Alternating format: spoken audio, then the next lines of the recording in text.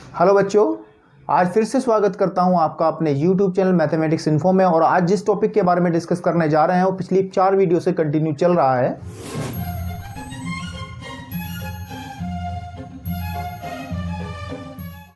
हमारे पास में आज 5वां वीडियो है द्विघात समीकरण को। द्विघात समीकरण के 5 वीडियो में हमने इस चैप्टर को पूरे को कवर कर दिया है। आज इसका ये फाइनल वीडियो है।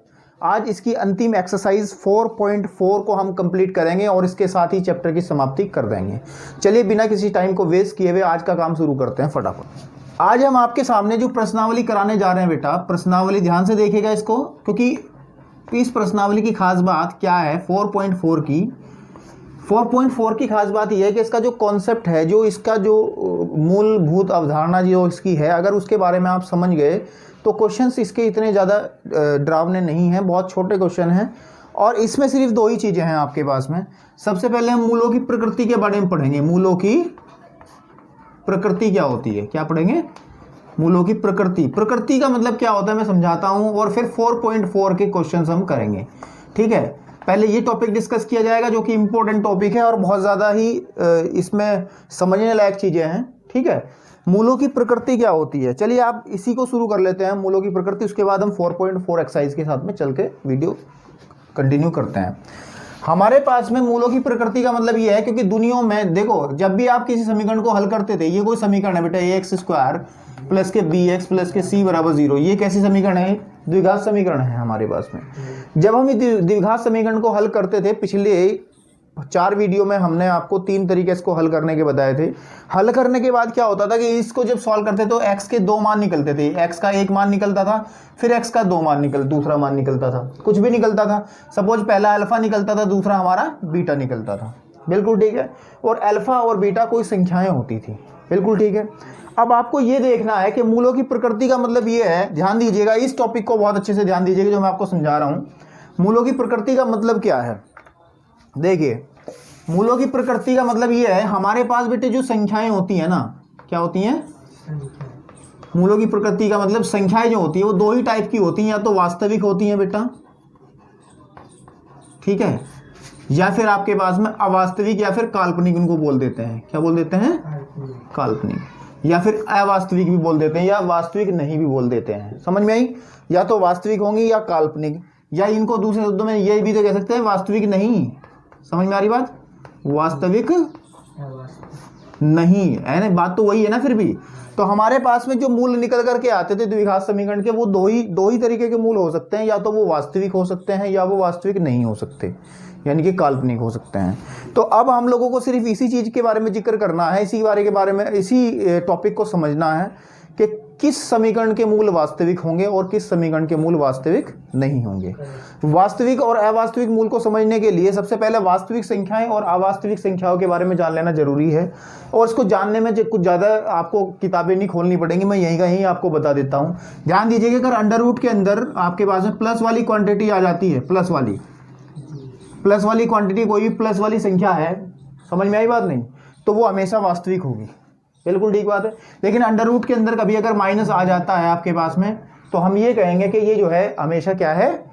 माइनस वाली संख्या, यानी कि इसका वर्गमूल माइनस में आएगा। इसका मतलब ये एक अवास्तविक संख्या है, यानी कि ये वास्तविक संख्या नहीं है, ये काल्पनिक संख्या है। बिल्कुल ठीक बात है। अब हम लोगों को जांच करनी है कि किस समीकरण के बिना हल करें, क्योंकि आप लोग सोच रहे होंगे कि कोई समीकरण आपके पास में दे दी 2x² माइनस के 5x प्लस के 6, और पूछा जाए बेटा तुम्हारे से कि इसके मूलों की प्रकृति बताओ कि वास्तविक होंगे या अवास्तविक होंगे। इसको देखने के लिए हमें क्या करना होगा? आप लोगों के दिमाग में चल रहा होगा कि हमें इसके पहले मूल निकालना है, और मूल निकालने के अपने आप ही शक्ल दिख जाएगी उनकी। समझ में नहीं आई बात? लेकिन ऐसा नहीं करना है। उसके लिए एक टेक्निक होती है, किसी भी समीकरण के मूलों की जांच करने का एक तरीका होता है। उस तरीके को आपको मैं समझा रहा हूँ, बहुत तेजी से ध्यान दीजिएगा। चलिए देखिए, हम बात करते हैं हमने एक आपको सूत्र पढ़ाया था, जिसको द्विघाचार्य सूत्र या द्विघाती सूत्र भी हम बोलते थे। वो सूत्र क्या था कि अगर हमें x के 2 मान निकालने थे तो वो निकलते थे -b और plus minus under root of b² minus का 4ac अपॉन 2a। ये एक फॉर्मूला होता था जिसको द्विघाती सूत्र विधि कहते हैं, और बहुत पावरफुल तरीका था ये सवालों को हल करने का। समझ में आ रही बात नहीं? इससे हमने कई सारे सवाल भी कराए हैं। इस विधि को सीखने के लिए आप लोग पिछली वीडियोस पे भी जा सकते हैं। वीडियो नंबर 3 में हमने पूरा का पूरा जो है तीनों टाइप की विधियों के बारे में जिक्र किया है। लिंक जो है डिस्क्रिप्शन में आसानी से मिल जाएगा, क्लिक करके तुरंत आप उसको वहाँ से देख सकते हैं। तो ये हमारे पास में जो x = -b plus minus under root of B square minus 4ac upon 2a है, इसी फॉर्मूले से हमें पता चलेगा कि मूल बेटे वास्तविक होंगे या अवास्तविक होंगे या काल्पनिक होंगे, जो भी है ना। तो हमें क्या करना है आपके पास में, मैं एक चीज़ आपको बताता हूँ बेटे, जो ब्रैकेट ये जो अंडर रूट में जो चीज़ लिखी है इसको ध्यान दीजिएगा आप, जो लिखी है कौन सी चीज़, B square minus 4ac, B square minus 4ac, यही आपको बताएगी कि ये संख्या इस समीकरण के मूल वास्तविक हैं या अवास्तविक हैं। ये कैसे बताएगी बेटा, इसको हम क्या कहते हैं, इसको हम डी कहते हैं। क्या कहते हैं, डी। क्या कहते हैं, डी। और डी मतलब इसको हिंदी में विविध कर भी बोलते हैं, कुछ किताबों में लिखा रहता है विविध कर बोलते हैं इसको, और डिस्क्रिमिनेट इंग्लिश में बोलते हैं इसको। तो हम इसको प्रदर्शित किससे करते हैं, डी से करते हैं। अब प्रत्येक सवाल के अंदर आप अगर डी का मान निकाल लेंगे, डी का मान पता चल जाएगा कि ये कैसे मूल आपको देगी, उसकी मूलों की प्रकृति आपको स्पष्ट हो जाएगी। कहने की बात यह है कि इससे स्थिति साफ हो जाएगी। यानी ऐसे इससे स्थिति साफ क्यों होगी, आप इस फॉर्मूले की बात करें, x = -b प्लस माइनस इस अंडर रूट डी लिख दें यहाँ अपॉन 2a, क्योंकि ये तो d है ना, b स्क्वायर माइनस 4ac की जगह d रख दिया। अब ये d बताएगा, अब ये d, अगर d प्लस में होगा तो मूल वास्तविक। देखो आप, वास्तविक का मतलब प्लस वाली चीज अंदर होनी चाहिए। अगर d माइनस में आ गया तो मूल वास्तविक नहीं। बिल्कुल समझ में आ रही है, फिर काल्पनिक या अवास्तविक कह लो आप। समझ में आ रही नहीं आ रही बात, रियल इमेजिनरी। तो हमें कहने की बात यह है कि सिर्फ प्रश्न के अंदर जो प्रश्न आपको दिए जाएंगे बेटा, उसके अंदर आपको चेक करना है कि डी कैसा है, और उसी के आधार पर मैं कुछ चीज़ें लिखवा रहा हूँ, उन पॉइंट्स को आप याद कर लीजिएगा, और उन्हीं पॉइंट्स के आधार पर आप किसी भी क्वेश्चन को आसानी से चेक कर सकते हैं कि उसके मूलों की स्थिति कैसी है। जैसे मैं आपके सामने कुछ पॉइंट लिखवा देता हूँ, उसके बाद क्वेश्चन करा देता हूँ। क्या कराता हूँ मैं, देखिए ध्यान से देखिएगा कि बेटा हमारे पास में पहली कंडीशन, अगर डी जो है वो 0 से बड़ा हो जाए, 0 से बड़ा मतलब 0 से बड़ा मतलब 0 से बड़ा मतलब 0 से बड़ा, 0 से इधर की तरफ जाएंगे तो हमेशा प्लस वाली चीज़ मिलती है, और इधर जाएंगे तो माइनस वाली चीज़ मिलती है। 0 से बड़े का मतलब होता है प्लस वाली चीज़, यानी कि या फिर यूँ कह सकते हैं कि जो बेटे डी अगर हमारे पास में कैसा है, डी जो है एक पॉजिटिव क्वांटिटी आ जाए, कैसा आ जाए, पॉजिटिव। ठीक है, पॉजिटिव मतलब प्लस वाली चीज़ आ जाए, डी पॉजिटिव हो तो हम कहते हैं बेटे, तब ध्यान से देखिएगा मूल जो है, ठीक है, वास्तविक तो होंगे ही होंगे, वास्तविक तथा एक बात और, एक शब्द और जुड़ेगा इसमें, भिन्न भिन्न होंगे। ये भिन्न भिन्न शब्द को भी आप मैं समझा दूंगा, भिन्न भिन्न होंगे। ये भिन्न भिन्न क्यों होंगे, वास्तविक तो होंगे ही होंगे, जब प्लस में चीज आई, बट भिन्न भिन्न भैया ऐसे होंगे क्योंकि देखो एक बार प्लस में लेंगे तो एक मूल निकलेगा, एक बार माइनस में लेंगे तो दूसरा मूल निकलेगा, दोनों मूलों की स्थिति अलग अलग आएगी और वास्तविक आएगी इस वाले केस में बेटा। ठीक है, दूसरी कंडीशन क्या है हमारे पास में कि अगर डी की वैल्यू बेटे 0 के बराबर हो जाए, 0 के बराबर हो जाए कभी डी, तो जब डी 0 हो जाएगा तो कहने की बात ये खत्म हो जाएगा ना, यहाँ से आप ध्यान दीजिएगा, अगर डी 0 हो गया तो इस फॉर्मूले में ये वाली चीज खत्म हो गई ना, यहाँ से यहाँ क्या आ गई, ध्यान दीजिएगा 0। 0 का मतलब वास्तविक तो होंगे ही होंगे, अंडर रूट में माइनस तो नहीं आ रहा है, वास्तविक तो होंगे, परंतु 0 को चाहे जोड़ो चाहे घटाओ कोई फर्क पड़ने वाला नहीं है। तो मूल वास्तविक तथा समान होंगे। कैसे होंगे, तब आपके पास में तब जो है, ध्यान दीजिएगा, तब जो मूल है बेटा वास्तविक तथा समान, समान मतलब दोनों के दोनों मूल बराबर होंगे। बिल्कुल ठीक बात है। उसके बाद में तीसरी कंडीशन जो आपके सामने, इन पॉइंट्स को आप अच्छे से लिख लें अपनी कॉपी में, कि ये डी है आपके पास में 0 से छोटा हो जाए, 0 से छोटा मतलब इधर की तरफ, यानी कि माइनस वाला नेगेटिव हो जाए। किसका, नेगेटिव हो जाए। नेगेटिव होने के पे क्या होगी आपके पास में, तो मूल बेटे क्या हो जाएंगे हमारे पास में, मूल तब मूल वास्तविक नहीं होंगे, वास्तविक नहीं होंगे, वास्तविक नहीं होंगे या फिर काल्पनिक होंगे, ये कह सकते हो आप। वास्तविक नहीं होंगे और साथ ही साथ भिन्न भिन्न होंगे, वो भी कंडीशन याद रखें, क्या होंगे, भिन्न भिन्न होंगे। भिन्न भिन्न तो होंगे ही, क्योंकि एक बार हमें प्लस में लेंगे एक बार माइनस में लेंगे तो दोनों के दोनों मूल अलग आएंगे आपके पास में। तो ये चीज़ आपके सामने लिखी है, इसको अच्छे से आप लोग किसी भी तरीके से नोट कर लें अपनी कॉपी में कहीं भी, क्योंकि इसका उपयोग हम अगली एक्सरसाइज में भरपूर मात्रा में करने जा रहे हैं। और उसके 2-3 सवाल हैं, सिर्फ उसके साथ ही वीडियो समाप्त होगा और चैप्टर भी समाप्त होगा। अगर किसी को कोई दिक्कत इस चैप्टर में रही है तो प्लीज़ कमेंट बॉक्स में बताएं, हम उस समस्या का समाधान करने के लिए तत्पर हैं। चलो हम करते हैं बेटा एक्सरसाइज आपके पास में, प्रश्नावली। ध्यान दीजिएगा, ये फटाफट हो जाएगी, इसमें कोई दिक्कत नहीं है। प्रश्नावली है आपके पास में 4 का पहला सवाल स्क्रीन पर लिखा है। पहला सवाल ध्यान से देखिएगा। क्या कहा गया है, पहले लैंग्वेज को पढ़ लीजिए जरा।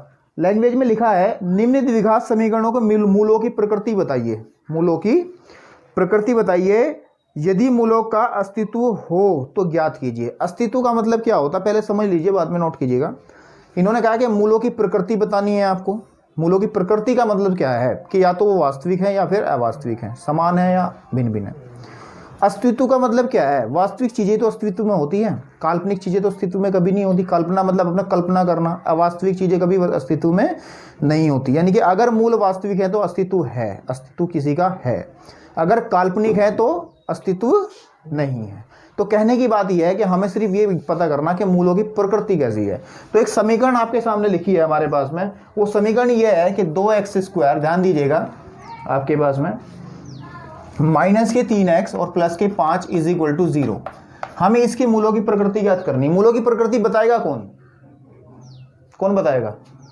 डी तो बताएगा। तो यानी कि हमें क्या निकालना होगा, डी निकालना होगा। और डी निकालने के लिए हमें क्या चाहिए, डी होता क्या है, यहाँ लिख देते हैं। डी होता है b² माइनस का 4ac। ये तो होता है बेटा डी। तो सबसे पहले हम क्या करेंगे, इसकी इस वाले की लिखेंगे यहाँ, और की करने के बाद में ax² प्लस के bx प्लस के c = 0 से क्या कर देंगे बेटे, तुलना कर देंगे, क्योंकि abc के मान तो निकालेंगे ना। तो यहाँ से a का मान बेटा 2 निकलेगा और b का मान आपके पास माइनस का 3 और c = निकलेगा 5। c = निकलेगा 5। तब हम जब d निकाल लेंगे, d होता है b² माइनस के 4ac। तो b² मतलब बेटा माइनस के 3 का whole square minus 4a। a कितना है 2, c कितना है 5। कैलकुलेट कर लीजिएगा। 9 माइनस 8 दूनी 4 दूनी 8 पंजे 40, यानी कि माइनस का 31, माइनस का 31। तो d जो है बेटा ये माइनस 31 तो 0 से छोटा होता है। फिर कि जो बेटा d की जो वैल्यू है किससे छोटी आ गई, 0 से, यानी कि नेगेटिव आ गई। कौन सा केस बना, लास्ट वाला। देखो लास्ट वाले में क्या है, तो मूल वास्तविक नहीं होंगे। तो हम लिख देंगे कोई मूल वास्तविक नहीं, कोई मूल वास्तविक नहीं। इसका मतलब मूलों का अस्तित्व है या नहीं है, मूलों का अस्तित्व नहीं है। इसका मतलब हमें इसके मूल ज्ञात करने की कोई आवश्यकता नहीं है। तो इस तरीके से आप किसी भी समीकरण के मूलों की प्रकृति ज्ञात कर सकते हैं, और अगर मूल अस्तित्व में आए तो उनको भी हल कर सकते हैं। एक आध क्वेश्चन और करते हैं ताकि इस पॉइंट को अच्छे से क्लियर और कर सकें। दूसरा सवाल है, मैं उसको भी कर देता हूँ क्योंकि इसमें भी एक पॉइंट क्लियर होगा, इस वजह से मैं इसको कर रहा हूँ। ध्यान दीजिएगा। सबसे पहले वही हम लोगों को इसके मूलों की प्रकृति जांचनी होगी कि ये कैसे होंगे। उसके लिए हमें b² माइनस 4ac के बारे में बात करनी पड़ेगी, डी के बारे में। और डी के बारे में बात करने के लिए फिर हम यहाँ क्या लिखेंगे, एक शब्द लिखेंगे की। क्या लिखेंगे, की। किससे तुलना मारेंगे, ax² प्लस के bx प्लस c से क्या कर देंगे बेटा, 0 से तुलना कर देंगे। बात यहाँ तक तो सबको समझ में आ रही। तो बेटा a की जो वैल्यू है वो आएगी 3, और b की जो वैल्यू है वो माइनस के 4√3, और बेटे c की वैल्यू आएगी 4। बिल्कुल ठीक बात है। तो बेटे फिर निकालेंगे हम डी होता है b² माइनस का 4ac। b² मतलब हमारे पास इस वाली क्वांटिटी का होल स्क्वायर, ठीक है। माइनस 4ac का मतलब 4 × a × c। समझ में आई बात। तो अब क्या करना है, 4√3 का होल स्क्वायर, यानी कि 4√3 का मैंने पिछले क्वेश्चन में बताया, इसका होल स्क्वायर मतलब 4√3 × 4√3, 2 बार गुणा करेंगे बेटे, आ जाएगा 4 चौक तो 16 आ जाएगा, और √3 3 ही आ जाएगा। समझ में आई बात। यानी कि 16 × 48 का वैल्यू बन जाएगा। कितना बन जाएगा, 16 × 48 है ना। आपके पास में 48 माइनस 4 × 12 चौक 48। बिल्कुल ठीक बात है। यानी बेटे डी का जो वैल्यू है, जो डी चल रहा था उसकी वैल्यू कितनी आ गई, 0। तो कौन सा केस बना इसमें से, दूसरा। डी बराबर 0 होंगे तो मूल क्या होंगे, मूल वास्तविक तथा समान। तो लिखेंगे मूल क्या है बेटा, वास्तविक तथा समान होंगे। बात समझ में आई। यानी कि मूलों का अस्तित्व होगा या नहीं होगा, होगा। तो उनको उसने कहा ज्ञात भी करके दिखाइए। क्या करके दिखाइए, ज्ञात भी करके दिखाइए। तो क्या करते हैं हम, देखो मूलों को, सवाल को यहां से आगे पीछे मत जाना, कभी इसके फैक्टर करने लग जाओ। आपको अगर इस कभी भी मूलों का प्रकृति पूछ रहा है, मूलों का अस्तित्व पूछ रहा है, तो हमेशा ध्यान रखिएगा, क्योंकि डी तो निकालना ही निकालना पड़ रहा है आपको। तो कभी भी मूल ज्ञात करने पड़ जाए, उसके अस्तित्व में हो मूल, तो आपको हमेशा द्विघाती सूत्र का प्रयोग करना है, क्योंकि उससे आसान पड़ जाएगा आपको करना। द्विघाती सूत्र से कैसे करेंगे, मैं इधर की तरफ कर देता हूँ, इसको रफ कर देता हूँ, आपने नोट कर लिया होगा बेटा, ठीक है। तो इसको कैसे करेंगे हम? द्विघाती सूत्र क्या होगा हमारे पास, क्या होता है, x is equal to minus B, ये तो है, plus minus under root of D लिख दें अपॉन 2a। बिल्कुल ठीक बात है। तो बेटे वैल्यू भरो, x is equal to minus B का मतलब क्या है, b की वैल्यू ही रखी यहाँ पे, माइनस मतलब माइनस का 4 पहले से ही है ना, plus minus under root D का मतलब अंडर रूट 0, ये निकाला है, देखो इसी का यूज कर लिया, डी का मान कितना निकाला 0 बटे 2a, 2 गुणे a वट इज a कितना बेटा 3 है, तो लिख देंगे यहाँ पे 3। समझ में आई बात? इसको जब हल करेंगे तो x इजिकल टू बेटे आ जाएगा हमारे पास में माइनस माइनस प्लस का 4 अंडर रूट 3 बटे 2 गुणे 3। बात समझ में आ रही? प्लस माइनस भी तो है ऊपर 0, ये तो है आपके पास में। अब 2 से कटेगा कितनी बारी, 2 बारी, तो x is equal to 2 under root of 3 plus minus 0 upon 3। अब मैंने कहा था कि मूल समान आएंगे, चाहे तो 0 को जोड़ लो चाहे घटा लो, कोई फर्क पड़ेगा क्या? एक मूल क्या बनेगा, पहला मूल बताइए जब जोड़ेंगे, ये बनेगा, और दूसरा मूल भी यही बनेगा, दूसरा मूल भी यही बनेगा आपके पास में। तो इसका मतलब ये इसके क्या हैं, दोनों के दोनों वो वास्तविक मूल है जो निकालने, जो अस्तित्व में थे वो हमने निकाल करके दिखा दिए हैं। समझ में आई बात? अब क्या है इसके अंदर, इस एक्सरसाइज के अंदर आपके पास में दूसरा सवाल भी एक इंपॉर्टेंट सवाल है, उसको हम कर देते हैं, उसके बाद एक क्वेश्चन और बचेगा, उसको हम करने के बाद एक्सरसाइज खत्म करते हैं हम इसी एक्सरसाइज के दूसरे का दूसरा क्वेश्चन, और उसकी लैंग्वेज को पढ़ते हैं, वो पूछना और करवाना क्या चाहता है हमारे से। लैंग्वेज में लिखा है, स्क्रीन में आपके सामने दिखाई देगी कि निम्न प्रत्येक द्विघात समीकरण में k का ऐसा मान ज्ञात कीजिए। देखो लिखी है स्क्रीन पे, ध्यान दीजिएगा आप, कि निम्न प्रत्येक द्विघात समीकरण में k का ऐसा मान ज्ञात कीजिए जिससे दो मूल क्या हों, बराबर हों, यानी कि मूल कैसे हों, बराबर हों। मैं पहले ही बता दूं कि मूल बराबर होने की कंडीशन एक ही थी कि d का मान क्या बनेगा बेटा 0। इसी कंडीशन में हमारा क्या बनता था, मूल जो है बराबर बनते थे, और d होता क्या था, डिस्क्रिमिनेंट यानी कि विविधकर होता था, जिसको हम b स्क्वायर माइनस 4ac से निकालते थे, यानी कि b स्क्वायर माइनस के 4ac, यही तो था हमारे पास में। तो अब हमें इसमें से एक दो सवाल दिए गए हैं, मैं सोच रहा हूँ कि दूसरा सवाल उठा लूँ, क्योंकि वो थोड़ा सा सही फॉर्म में नहीं है, पहला आप आसानी से कर पाओगे मुझे पता है। सेकंड सवाल की क्या खास बात है, वो लिखा है हमारे पास में k, ध्यान दीजिएगा, k x माइनस के 2 प्लस के 6 इज इक्वल टू 0। हमें k का मान ज्ञात करना है अगर इस समीकरण के मूल कैसे हो बेटे, बराबर हो। समझ में आई बात? बहुत अच्छे से सवाल को समझ लो, क्योंकि बहुत आसान सवाल है, और दूसरी बात आपको इस तरीके के सवाल करने की आदत डालनी पड़ेगी, पेपर में पूछे जाते हैं मूलों की प्रकृति को लेकर के सवाल। अब हम क्या करेंगे, सबसे पहली कंडीशन हमारे सामने सबसे बड़ी समस्या ये है कि जो दी गई द्विघात समीकरण है वो हमारी ax स्क्वायर प्लस के bx प्लस c बराबर 0 के रूप में नहीं है। जब इसके रूप में नहीं है तो a और b के मान हमें सही से पता नहीं चल पा रहे हैं, है ना। तो सबसे पहला काम हमारा इस समीकरण को इस रूप में हमें बनाना होगा, जो कि हम इसके अंदर मल्टीप्लाई करके आसानी से बना लेंगे। तो लिखेंगे kx स्क्वायर माइनस के 2kx प्लस के 6 बराबर 0। आप देखें बन गई समीकरण, एक्स स्क्वायर वाला पद, फिर एक्स वाला पद, फिर हमारा अचर पद, बिल्कुल ठीक है।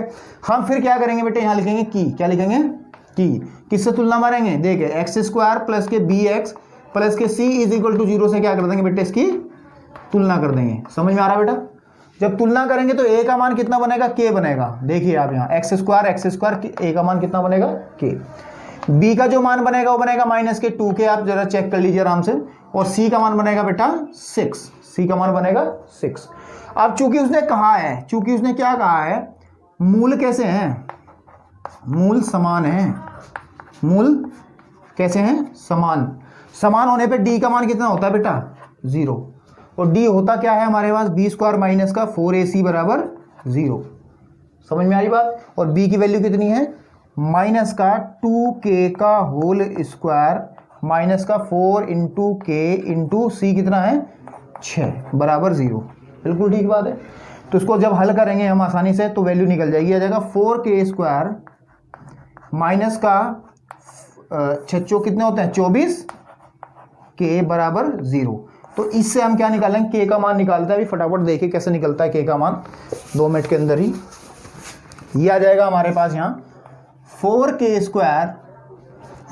स्क्वायर माइनस के 24k। ध्यान दीजिएगा इसको, सवाल को यहाँ से, इसमें से बेटे अगर मैं 4k कॉमन निकालूं तो अंदर क्या बचेगा, अंदर बचेगा k minus 6 is equal to 0। चाहे आप देख लीजिए 6 24 होता है, ठीक है, क्योंकि 4 की कॉमन निकलेगा, एक स्क्वायर था तो एक बचा यहाँ पे, उसके बाद में 24 में से 4 बार तो 6 चौक 24 और k बाहर आ ही गया था अपने आप में। अब वही काम करेंगे, यदि हम लिखेंगे, यदि 4k बराबर 0 लिखें तो k का मान क्या आ जाएगा बेटा 0, जो कि हमारे लिए सही नहीं है। क्यों नहीं है? अगर बेटे k का मान यहाँ पे 0 आ जाएगा ना, आप देख लीजिए, अगर समीकरण के अंदर जो समीकरण दी गई है उसमें अगर k का मान हम 0 रखेंगे तो समीकरण ही खत्म हो जाएगी, पूरा पद खत्म, यानी कि ये हमारे लिए मान्य नहीं है। फिर लिखेंगे हम k माइनस के 6 इज इक्वल टू 0, इसका मतलब k की वैल्यू कितनी आ जाएगी बेटे 6। बिल्कुल सही बात है, यही हमारा आंसर है कि अगर 6 वैल्यू जो है वही सही हमारा आंसर है। मैं समझता हूँ सवाल बिल्कुल आसानी समझ में आया होगा। उससे पहले सवाल आप करें और उदाहरण भी कई सारे दिए गए हैं इस NCERT की किताब में, तो उसको भी आप अच्छे से प्रैक्टिस करें। अब चलिए जरा क्वेश्चन करते हैं, इसके कुछ लैंग्वेज वाले 2-3 क्वेश्चन हैं, उसमें से 1-2 क्वेश्चन कर देते हैं और बाकी काम आप लोग स्वयं करें, क्योंकि मिलजुल कर करेंगे तो जल्दी एक्सरसाइज खत्म हो जाएगी। अगर सारे मैं करूँगा तो तुम लोगों को ज़्यादा लाभ नहीं होगा, क्योंकि आपका फिर दिमाग उस तरीके से नहीं चलेगा जिस तरीके से चलना चाहिए। चलिए, जो प्रश्नावली 4.4 है उसके क्वेश्चन नंबर आपके पास में जो दिए गए हैं 3, 4 और 6, उसमें क्या है, लैंग्वेज दी गई है। लैंग्वेज वाले सवाल बहुत मैंने पिछली एक्सरसाइज में कराए हैं, और ये कहा गया है कि जिनमें ये देखो कहा गया क्या है, जैसे कि पहला सवाल है हमारे पास में 3 नंबर का, क्या कह रहा है कि मैं लैंग्वेज पढ़ रहा हूँ, स्क्रीन पे देखिएगा, सामने लैंग्वेज लिखी है। क्या एक ऐसी, देखो क्या एक ऐसी आम की बगिया बनाना संभव है, आम की बगिया बनाना संभव है जिसकी लंबाई चौड़ाई की दोगुनी हो और उसका क्षेत्रफल 800 वर्ग मीटर हो, यदि है तो लंबाई और चौड़ाई ज्ञात कीजिए। लैंग्वेज लिखी है, इसमें कहा गया क्या ऐसा संभव है, जो स्थिति उसने दी है स्क्रीन पे, अगर है तो लंबाई और चौड़ाई को ज्ञात कीजिए। 2 मिनट का काम है, हम आसानी से करते हैं। अब हमें कहा क्या गया, ध्यान दीजिएगा, इसमें जिसकी लंबाई चौड़ाई की दोगुनी है, तो तुलना किससे हो रही है, चौड़ाई से, तो चौड़ाई को क्या मान लें, x। सवाल करते हैं तीसरा, माना चौड़ाई हम मान लेते हैं, कितनी मान लें बेटा, x होगी, तो लंबाई कितनी बनेगी बताइए, लंबाई कितनी बनेगी, उसने कहा लंबाई जो कही है उसने लंबाई चौड़ाई की दोगुनी है, यानी कि बनेगी 2x। कितनी बनेगी 2x। अब कह रहा क्षेत्रफल जो है, क्षेत्रफल दिया उसने 800 वर्ग मीटर, ये दिया है वर्ग मीटर। क्षेत्रफल होता क्या है, लंबाई गुणे चौड़ाई बराबर 800 आ जाएगा। लंबाई कितना है बेटा हमारे पास में, बताना जरा, x गुणे 2x बराबर 800, बिल्कुल ठीक है, यानी कि 2x square is equal to कितना 800, ठीक है आपके पास में, कोई बात नहीं। तो इस 2 को अगर इधर लेके जाएं, x स्क्वायर बराबर आ जाए कितना 400, समझ में आया, क्योंकि 2 नीचे जाएगा तो आधा हो जाएगा। कहने की बात यह है, हमारे पास आ गया x स्क्वायर माइनस के 800 बराबर 0, ये एक द्विघात समीकरण बन गई। क्या बन गई, द्विघात समीकरण। अब हमें ये देखना है क्या इसके, सॉरी 400, मिस्टेक हो गई यहाँ 400। अब हमें ये देखना क्या इसके मूल हमारे पास में प्राप्त हो सकते हैं या नहीं हो सकते, बात समझ में आ रही, इसके मूल प्राप्त हो सकते हैं या नहीं, यानी कि मूलों की प्रकृति संभव है, मूलों की प्रकृति वास्तविक होगी या नहीं होगी। उसके लिए हम इस समीकरण को किस रूप में बना लेंगे, ax स्क्वायर प्लस के bx प्लस के c बराबर 0 के रूप में, है ना। तो बना लो x स्क्वायर, इसमें ये वाला पद तो नहीं है ना, तो लिख लीजिए इसको प्लस 0 इंटू एक्स माइनस के 400 बराबर 0। कोई दिक्कत किसी को, हमने क्या करा, वो पद नहीं था x वाला, तो हमने उसे 0 इंटू करके लिख लिया। तो जब इसकी तुलना करेंगे, की यहाँ लिखेंगे और तुलना किससे करेंगे, ax स्क्वायर प्लस के bx प्लस के c बराबर 0 से बेटे तुलना दे के मारेंगे इसकी, तो a बराबर आ जाएगा 1, b बराबर 0 और c बराबर माइनस के 400। किसी को कोई दिक्कत हो तो बताओ, ठीक है। और फिर हम क्या निकाल लेंगे इसका d, चेक करने के लिए क्या बात बनेगी या नहीं बनेगी। d कैसे निकलेगा, वो होता था b स्क्वायर माइनस का 4ac, यानी कि b स्क्वायर कितना बनेगा हमारे पास में 0 है, b स्क्वायर b तो 0 है, तो 0 का मतलब 0 माइनस 4, a कितना है बेटे 1 है, c कितना है 400, वो भी कैसा माइनस वाला, तो ये हो जाएगा प्लस आपके पास में। जब ये प्लस हो जाएगा, नीचे की तरफ हल करके देखते हैं कितना बनेगा। तो d की जो वैल्यू है आपके पास में देख लीजिए एक ध्यान से, 4 चौक 16, 1600 d का मान कैसा आ गया 1600, और d का मान 0 से क्या है, बड़ा है। d का मान क्या है, 0 से बड़ा है। इसका मतलब हमारे पास में इसके मूल मिलेंगे, अस्तित्व में होंगे। समझ में आ रही बात। तो अब क्या करेंगे बेटा, हम उन मूलों को ज्ञात करेंगे किस विधि से, द्विघाती सूत्र विधि से आसानी से। कैसे करते हैं देखो ध्यान से देखिएगा। सूत्र क्या था, x is equal to minus B plus minus under root of D upon 2a। तो x is equal to minus B मतलब 0, ये b तो देख लीजिए यहाँ से, है ना आपके पास में, plus minus under root D का मतलब आ जाएगा 1600, है ना। बटे 2a 2 into 1 x is equal to बेटे आ जाएगा प्लस माइनस का मतलब ही खत्म हो जाएगा, क्योंकि जीरो में चाहे कुछ जोड़ो चाहे कुछ घटाओ कोई मतलब नहीं रह जाता। आज 1600 किसका वर्ग होता है? 40 का होता है। किसका होता है? क्योंकि 40 गुणा 40 आप करके देख लीजिए, इसको लिख लो। अगर आप लिखो 40 गुणा 40 लिख सकते हो ना बेटा, बटे 2, यानी कि एक्स इजिकल टू आ जाएगा आपके पास में 40 बटे 2। इसका मतलब एक्स की वैल्यू बेटे कितनी प्राप्त हो जाएगी? लो 20 मिल गई। क्या मिल गई? 20। तो इसका मतलब हमारे पास में बेटे लंबाई वो चौड़ाई कितनी आ जाएगी बताइए? 20 आ जाएगी, 20 मीटर। और बेटे लंबाई कितनी आ जाएगी?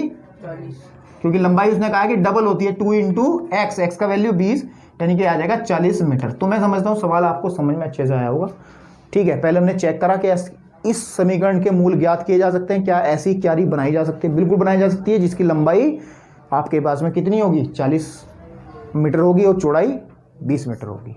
ठीक है, एक क्वेश्चन और करते हैं, उससे और चीज़ें समझ में आएंगी। फिर ये एक्सरसाइज जो है आपके दिमाग में पूरी तरीके से चली जाएगी और चैप्टर भी खत्म हो जाएगा। तो बच्चों करते हैं इस एक्सरसाइज का नंबर 4 सवाल, जो कि स्क्रीन पे आपको फिर से दिखाई दे रहा होगा।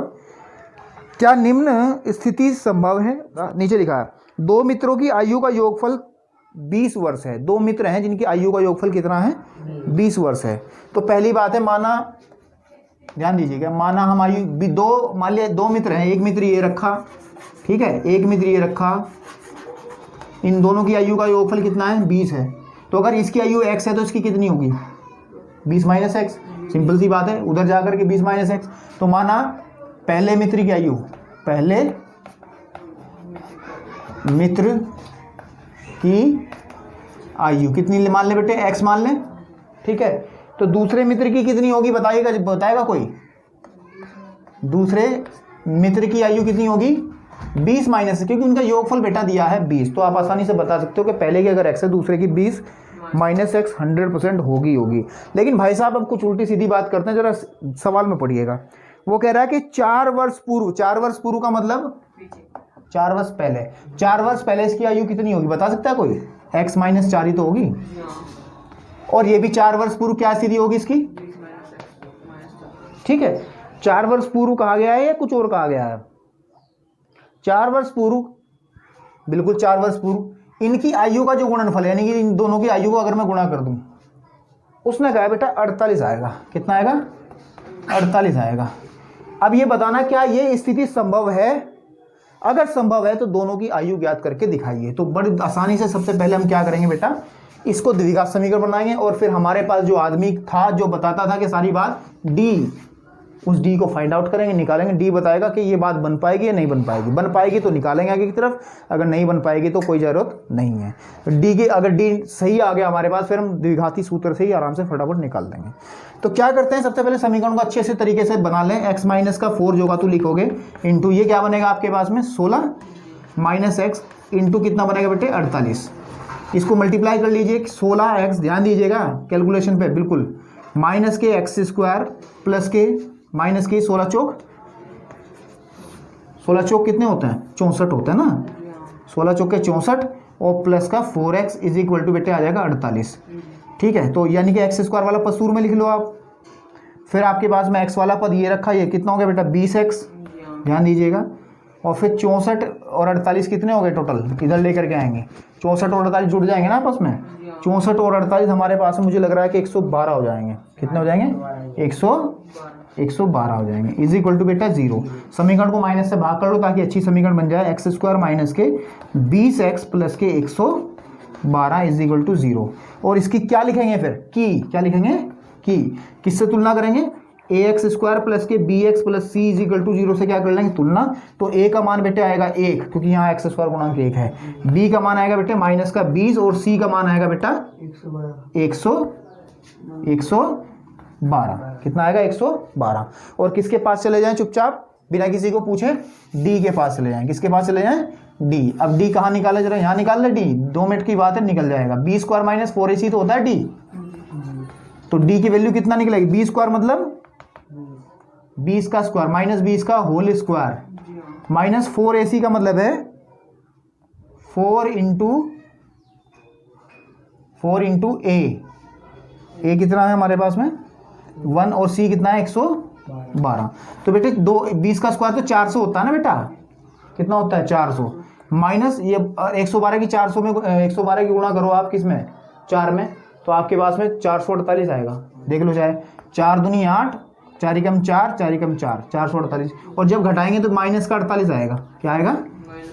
और यानी कहने की बात ये इधर देख लीजिएगा, इसका मतलब डी की जो वैल्यू बेटे वो कैसी आ गई, 0 से छोटी आ गई, यानी कि नेगेटिव आ गई। नेगेटिव का मतलब कोई वास्तविक मूल नहीं होंगे, यानी कि ऐसे कोई दो व्यक्ति कभी हो ही नहीं सकते कि जिनकी उम्र का योगफल 20 हो और साथ ही साथ अगर 4 वर्ष पहले देखा जाए उनकी उम्र का गुणनफल 48 हो जाए। ये स्थिति संभव कतई भी नहीं हो सकती, इसके मूल आप ज्ञात नहीं कर सकते। ऐसे वास्तविक व्यक्ति ऐसे नहीं मिल पाएंगे, सपनों में ऐसी बातें हो सकती हैं। बिल्कुल ठीक बात है। मैं समझता हूँ कि इस एक्सरसाइज के प्रत्येक पॉइंट को आपने अच्छे से समझा होगा और आपको अच्छे से समझ भी आया होगा। और बहुत सारे क्वेश्चंस जो है, सिर्फ मैंने एक क्वेश्चन इसमें छोड़ा है लास्ट वाला, वो आप आराम से कर सकते हो क्योंकि उस तरीके के क्वेश्चन मैंने बहुत सारे आपको पहले भी कराए हैं, जानबूझ के उस क्वेश्चन को छोड़ा है। आप सभी से रिक्वेस्ट है कि एक सिस्टमेटिकल तरीके से एक क्रमबद्ध तरीके से पढ़ाई को करें और हमेशा प्लेलिस्ट से जाकर के चैप्टर वाइज वीडियोस को देखें और आपको समझ में वहाँ से आसानी से आएंगी। ठीक है, बीच में स्किप करके मत देखें कि कुछ पॉइंट्स ऐसे होते हैं कि छूट जाते हैं। ठीक है, तो आज के लिए इतना ही, और फिर से एक नए टॉपिक और नई वीडियो के साथ आपका स्वागत करूँगा। आज के लिए इजाज़त दीजिए, धन्यवाद।